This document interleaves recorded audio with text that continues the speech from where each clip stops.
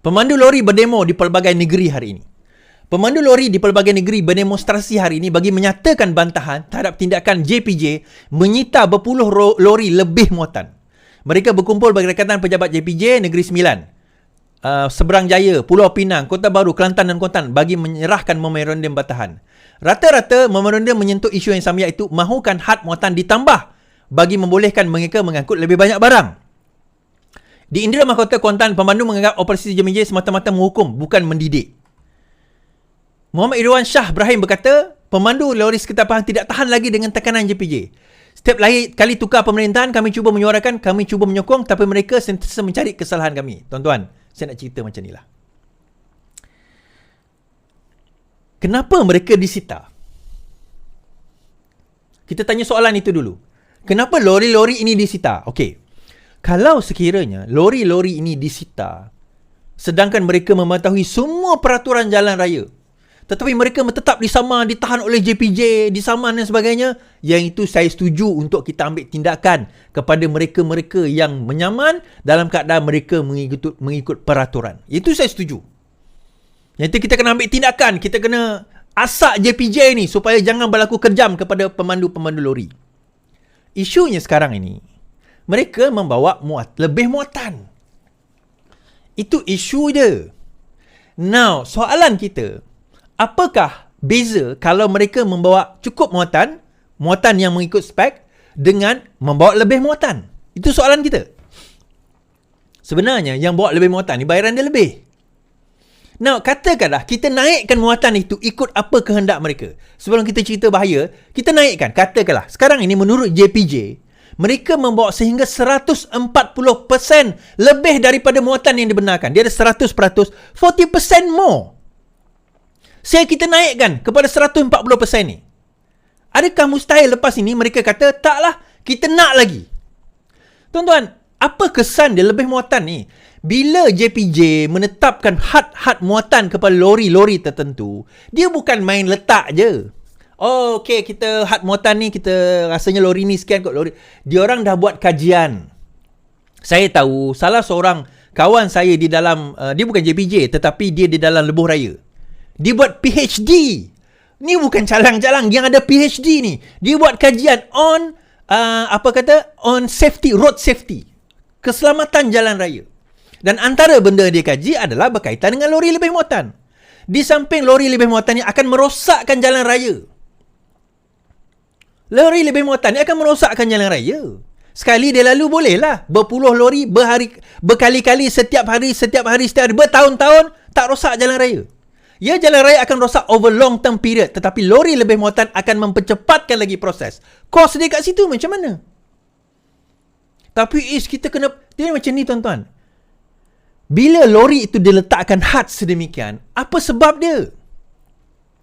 Pertama, kita kata jalan raya tadi. Kedua, keselamatan kami pemandu ni yang tak bawa lori macam mana? Saban kali kita tengok lori terbalik. Lori lebih muatan terbalik tuan-tuan. Yang tak hempap, okey lah. Yang menghempap, pemandu-pemandu ni macam mana?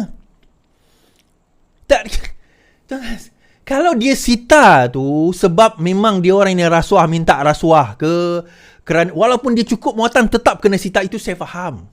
Itu kita kena tentang. Kita kena mogok sebab mereka menindas. Tapi kalau kita dah bawa lebih muatan dan kita kena saman, kita nak kata macam ni, itu undang-undang dia. Taiz kita kena bagi. Okey, kita bagilah. Kita bagi. Kita bagilah lebih muatan tu. Selepas itu mereka tak minta lagi lebih. Habis yang mereka dapat, kita sebagai pemandu, keselamatan kita bagaimana? Kita share the same road dengan lori-lori besar ni tuan-tuan. Kita share the same road dengan lori-lori. Lainlah kalau lori besar tu adalah muatan dia sendiri. Sebab tu saya tanya soalan tadi tu. Kalau dia bawa sama 100% buatan yang cukup pada lori tu dengan lebih muatan, ada beza tak daripada segi pendapatan dia? Jawapannya ada lah. Jadi akhirnya dia bukan sebab dia kena buli, rasuah, pegawai JPJ tu apa orang kata sengaja nak kenakan dia orang, bukan. Sebab mereka melanggar peraturan. The moment mereka ikut peraturan, adakah itu akan jadi satu kesalahan? Now, kenapa kita sukar sangat nak mengikut peraturan? Dan kita fikir pasal diri kita. Oh, pendapatan kita kurang dengan keadaan ekonomi sebegini. Nak keselamatan kami macam mana? Tak boleh cakap itu, dia orang berdemo. Taklah, hak dia bolehlah berdemo. Habis saya tak nak bersuara. Habis keselamatan kami sebagai pengguna jalan raya yang bayar road tax juga ni, bot-bot kecil macam kami ni macam mana? Bila jalan raya tu rosak, yang teruknya kita juga sebagai pengguna. Kita juga sebagai taxpayer. Kita nak mengiring lori lebih muatan ni bahaya, tuan-tuan. Keselamatan kami macam mana? And that is why kenapa undang-undang tu diletakkan kat situ. Kenapa lori 90 km sejam dekat lebuh raya? Kenapa muatan dia lebih sekian? Kenapa kereta hanya 110 km sejam? Peraturan itu ada sebab dia. Ada kajian dia. Bukan marah. Nanti ada pemandu lori marah kat saya. Sudi kau. Tak, I'm arguing against your logic. You all ada hak, saya pun ada hak. You all nak bersuara, saya pun boleh bersuara. Bagi saya, tuan-tuan, akhirnya kita kena kembali kepada benda yang rasional lah. Kenapa dia nak letak muatan macam tu? Ada sebab dia. Kalau tuan-tuan perasan, dekat lebuh raya tu siap dia ada penimbang. Apa tujuan penimbang tu? Pernah fikir tak? Penimbang lori tu kan, bukan untuk kereta, untuk lori. Apa tujuan penimbang tu? Antara lain untuk memastikan supaya lori tu tak merosakkan jalan. Bila jalan raya, lebuh raya, jalan raya tu dah dibuat, dia ada load dia, maksimum load yang boleh. Dan memang lori tu, tuan-tuan tak percaya, tuan-tuan tengok kat Kelang. Jalan raya kat area Kelang, Port Kelang tu kan, teruk kenapa? Sebab itu kawasan industri.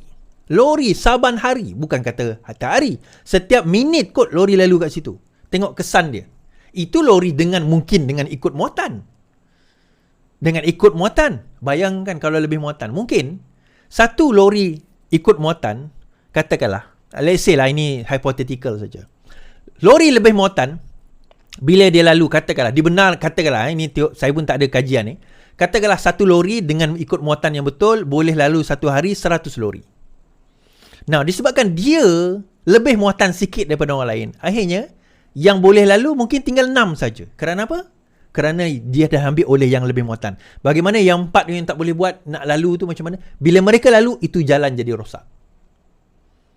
Pernah kita fikir benda ni tak? I mean, kita selfish dengan satu pihak, tapi kita tak fikirkan pihak yang lain. Yang ni bagi saya, kalau betul nak naikkan lah, buat kajian anda sendirilah. Habis kat situ. Baik.